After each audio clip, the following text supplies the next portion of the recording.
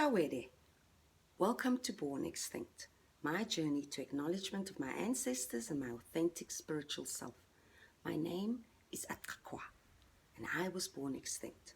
European observations of my ancestors, the Cape Khoi, created an image of them as lazy, drunk, dirty, antisocial, violent, foul-mouthed, a weak species and a sexually deviant bunch of wild savages. Romanus Pontifex, issued by Pope Nicholas V to King Alfonso VI of Portugal in 1452, declared war on all non-Christians around the world. It encouraged the conquest, colonization, and exploitation of all Christians wherever they will be found in the New World. When Christopher Columbus returned from the Americas in 1493, Pope Alexander VI issued Inter Caetera to the King and Queen of Spain. This law officially established Christian domination in the New World. The enslavement of indigenous people were legally sanctioned by European laws like Terra Nullius, which made up the doctrines of dispossession. This, the very foundation on which South Africa was destroyed and rebuilt in the image of Europe, is the laws still seen today. Between 1400 and 1652, the Portuguese, British, and Dutch were regular visitors at the Cape. They stopped for refreshments, meat. They traded copper, iron, marijuana, honey, and other goods with the Khoi. One of the first earliest recorded interactions between the Khoi and the European was in 1497, when Portuguese Vasco da Gama anchored at Mossel Bay. He encountered a Khoi Outeniqua man collecting honey from a bush. He captured this man and tried to force him to show him where and how to find honey.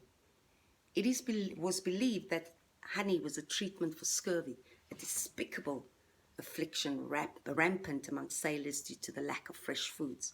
During that clash, 67 European sailors died. The Dutch and English were frustrated by the Portuguese and Spanish dominance of the seas. In 1602, they formed the Dutch East India Trading Company, the VOC, a conglomerate of traders and independent companies to expedite the Dutch influence by grabbing land, looting, expanding trade routes, eliminating resistance, and establishing trade posts. This gave the VOC monopoly to engage in trade wars and capture and enslave indigenous people. This resulted in the establishment of the colonies of Batavia, Indonesia, Sri Lanka, Makassar, and the Dutch East Indies between 1610 and 1669.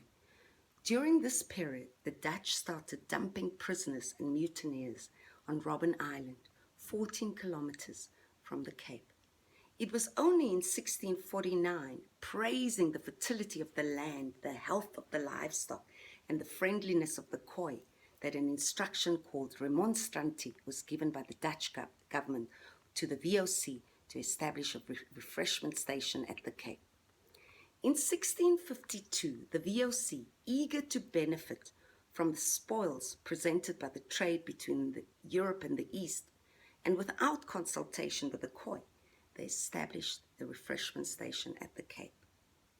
This saw the beginning of a golden age for the Dutch, but started a 400-year period of untold misery and trauma for the Cape indigenous people. In 1660, Jan van Riebeeck constructed a 15-kilometer thorn hedge of wild almonds, effectively blocking the Khoi from grazing land, trading with passing ships, and cutting the Cape off from the rest of Africa. This was the first act of extreme violence and laid the foundations for the barbaric apartheid laws. In 1795, the British invaded and occupied the Cape. The British Earl of Caledon passed the Hottentots Code in 1809. This code decreed that no indigenous person, whether free or in servitude, may move around without the official pass and the Khoi and San children to be indentured for 10 years. While the first enslaved people arrived in 1654, this significantly increased the unpaid labor force. It meant that all indigenous people were now servants and slaves by law, and that their land was owned by the settler. Between 1652 and 1823, child labor thrived.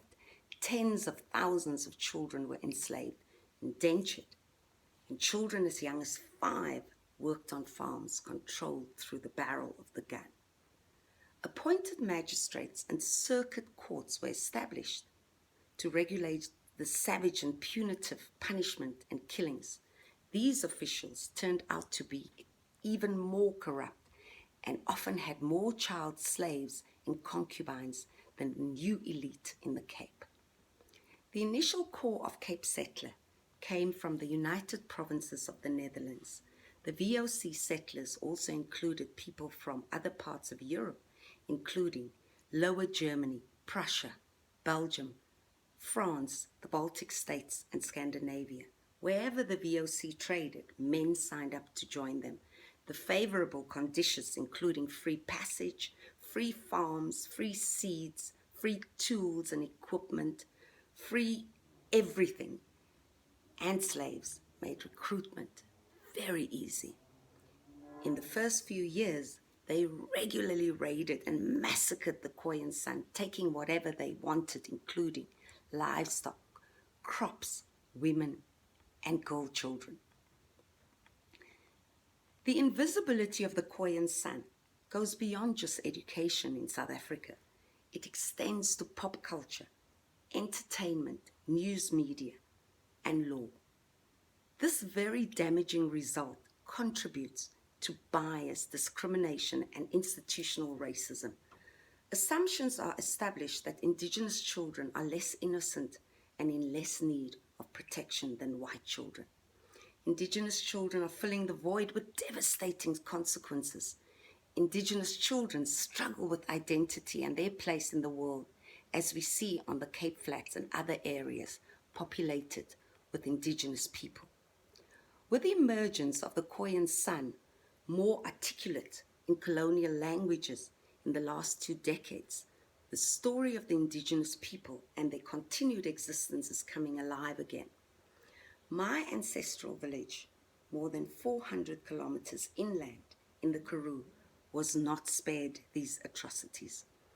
As the Dutch invasion drove the Khoi further inland, the violence and brutality reached Zouar in the late 1700s, 100 years after the invasion at the Cape.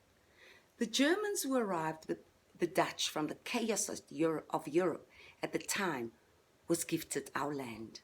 In 1800, our Hoogkraal, the land on which our elders lived and guided us, was occupied.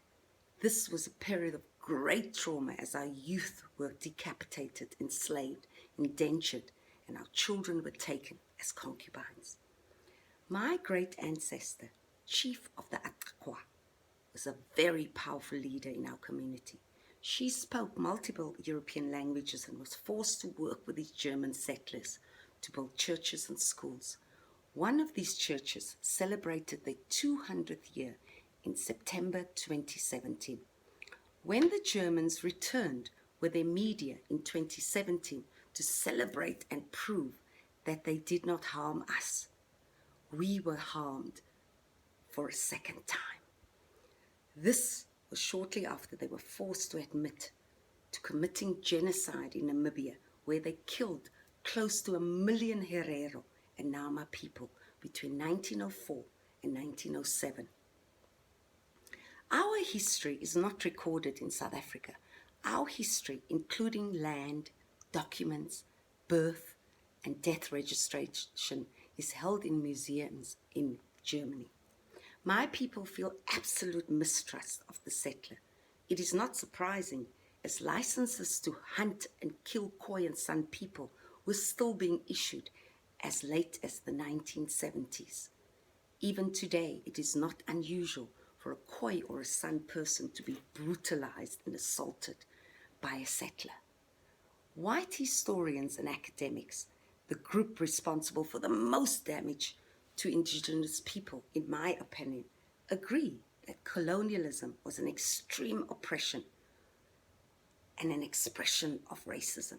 They write in their theses and essays about massacres, forced relocations, death by starvation and disease, yet in their publications, these experts reinforce the extinction narrative as if they were competing with each other in who can portray us the most dead.